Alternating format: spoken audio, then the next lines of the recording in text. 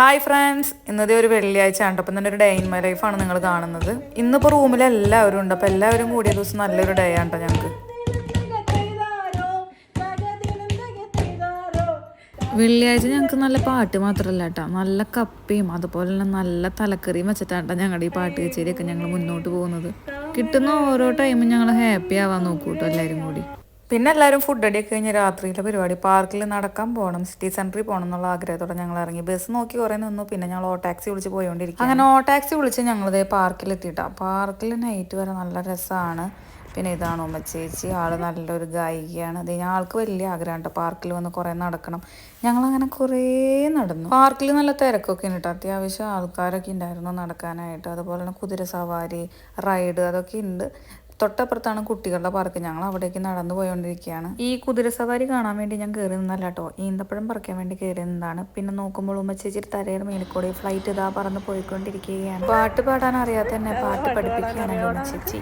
അവിടെ കുട്ടികൾക്കുള്ള റൈഡൊക്കെ ഉണ്ടായിരുന്നു. പിന്നെ ഞാൻ കയറി ചെയ്യണമെന്ന് വിചാരിച്ചാണ്. പിന്നെ പ്രായം മൂത്തുകൊണ്ടും വണ്ടിയുടെ സൈസ് അനുസരിച്ച് ഞാൻ മാറ്റി തന്നു. പിന്നെ ചെന്നപ്പോൾ പാർക്കിൽ ഇതേ എല്ലാവരും നല്ല തിരക്കിലാണ്ട്, ഫുൾ കളിയാണ്.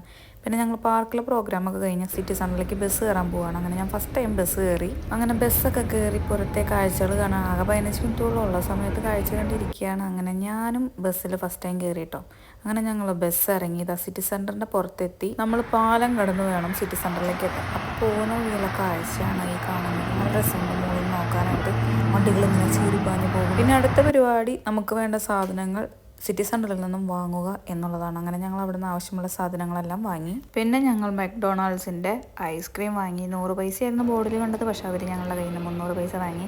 പിന്നെ ഞങ്ങൾ KFC വാങ്ങിയിരുന്നു. സത്യം പറഞ്ഞാൽ വിശപ്പുണ്ടായില്ല, എന്നാലും ഞങ്ങൾ KFC വാങ്ങി കഴിച്ചു. ബാക്കി വന്ന ഫ്രഞ്ച് ഫ്രൈസ് എങ്ങനെ റൂമിലേക്ക് കൊണ്ടുപോകാമെന്നുള്ള ഐഡിയ എനിക്ക് പറഞ്ഞു തരികയാണ് ഉമ്മച്ചേച്ചി. അപ്പോൾ നിങ്ങൾക്കും ഈ ഐഡിയ ചെയ്ത് നോക്കാവുന്നതേ ഉള്ളൂ. അപ്പോൾ ഈ ഐഡിയകൾക്കായിട്ട് ഉമ്മേച്ചിയായിട്ട് കോൺടാക്ട് ചെയ്യുക. അപ്പോൾ അടുത്ത വീഡിയോ കാണുന്നതായിരിക്കും. ബൈ. അപ്പോൾ വീഡിയോ ഇഷ്ടം കഴിഞ്ഞാൽ ലൈക്ക് ചെയ്യാൻ മറക്കല്ലേ കേട്ടോ. ബൈ.